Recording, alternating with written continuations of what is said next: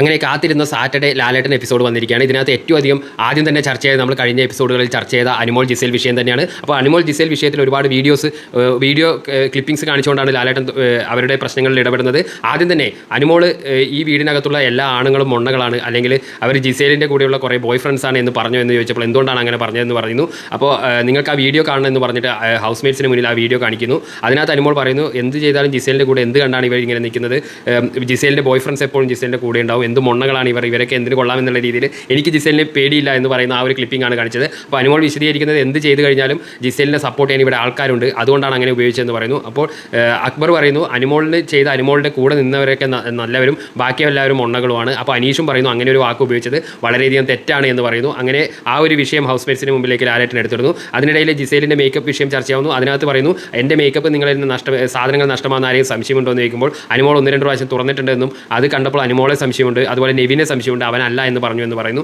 അപ്പോൾ അവിടെയാണ് അടുത്ത വീഡിയോ പ്ലേ ചെയ്യുന്നത്. അതിനകത്ത് വ്യക്തമായി കാണിക്കുന്നുണ്ട് ബിഗ് ബോസിൻ്റെ ക്രൂ മെമ്പേഴ്സ് വന്നിട്ടാണ് അത് എടുത്തു മാറ്റുന്നത്. അപ്പോൾ അനുമോളിനെ പ്രത്യേകം അഭിനന്ദിക്കാനും ലാലേട്ടൻ പറഞ്ഞില്ല. അനുമോളോട് പറഞ്ഞു, ശരിക്കും പറഞ്ഞാൽ ഇവിടെ ആർക്കും ഒരു പ്രത്യേകതയുമില്ല, ജിസേലിന് ഒരു പ്രത്യേകതയില്ല, റൂൾ തുടർച്ചയായി തെറ്റിച്ച ജിസേലിനെ കണ്ടുപിടിച്ചത് CID അനുമോളാണ്, അപ്പോൾ അനുമോളെ പ്രത്യേകം അഭിനന്ദിക്കുന്നു എന്ന് പറയുന്നു.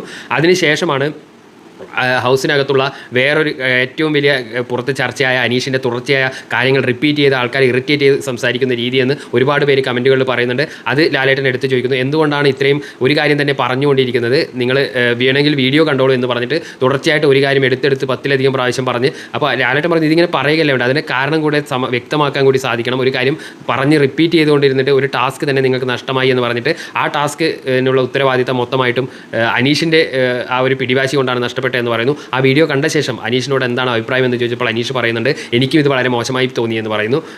അപ്പോൾ ലാലേട്ടൻ പറഞ്ഞു, അങ്ങനെയാണെങ്കിൽ കാണിക്കാനുള്ള ക്ലിപ്പിങ്ങിൽ കൂടുതലും ഇത് തന്നെയാണ്, അല്ലെങ്കിൽ മൊത്തമായിട്ടും ഇതുപോലുള്ള സീനുകളാണെന്ന് പറഞ്ഞിട്ട് അനീഷിനെ ശക്തമായിട്ട് ഈ ഒരു ആക്ഷൻ നിങ്ങൾ കുറയ്ക്കണമെന്ന് പറയുന്നു. അതുപോലെ തന്നെ അനി ശരത്തിനോട് നിങ്ങൾ അദ്ദേഹത്തിനോട് സംസാരിക്കുമ്പോൾ വളരെ അടുത്ത് ക്ലോസ് ആയിട്ടാണ് പറയുന്നത്, എന്തിനാണ് ഇത്രയും ഒച്ച വയ്ക്കുന്നത്, നിങ്ങളുടെ ദേഷ്യം കൺട്രോൾ ചെയ്യണമെന്നൊരു വാണിംഗ് കൊടുക്കുന്നു. പിന്നെ ഏറ്റവും നന്നായിട്ട് ഹാൻഡിൽ ചെയ്യാൻ പഠിച്ചത് അഭിലാഷും അതുപോലെ ഷാനവാസുമാണെന്ന് പറയുന്നു. പക്ഷേ ഇന്ന് എപ്പിസോഡിൻ്റെ തുടക്കത്തിൽ തന്നെ ഷാനവാസുമായിട്ടുള്ള ഒരു പില്ലോ ഫൈറ്റ് കാണിക്കുന്നുണ്ട്. അതിനുശേഷം ഹൗസ് അംഗങ്ങൾ സ്റ്റാർസ്, അതായത് ഹൗസിനകത്ത് നന്നായി പെർഫോം ചെയ്യുന്നവർക്ക് സ്റ്റാർസ് കൊടുക്കാനുള്ള ടാസ്കിൽ ഏറ്റവും അധികം സ്റ്റാർസ് നേടി ജിസേൽ മുന്നിൽ വരികയാണ്. പല കാരണങ്ങൾ പറയുന്നു, എല്ലാം തുറന്ന് പറയുന്നുണ്ട്, ഗെയിമിൽ നന്നായിട്ട് കളിക്കുന്നുണ്ട്, അതുപോലെ എല്ലാവരും കേൾക്കുന്നുണ്ട് എന്നുള്ള ഗുണഗണങ്ങൾ പറഞ്ഞിട്ടാണ് ജിസേലിന് ഏറ്റവും അധികം ആൾക്കാർ സ്റ്റാർസ് കൊടുത്ത്. തൊട്ടുപുറകെ അനീഷ് വരുന്നുണ്ട്, അനീഷ് എല്ലാ പ്രശ്നങ്ങളും ഇടപെടുന്നുണ്ട് എന്ന് പറഞ്ഞ് അനീഷിന് വോട്ട് കിട്ടുന്നുണ്ട്. അക്ബറിന് അതുപോലെ അപ്പാനി ശരത്തിന് ഇതുപോലുള്ളവർക്കും സ്റ്റാർസ് ഹൗസ് മേറ്റ്സ് കൊടുത്തിട്ടുണ്ട്.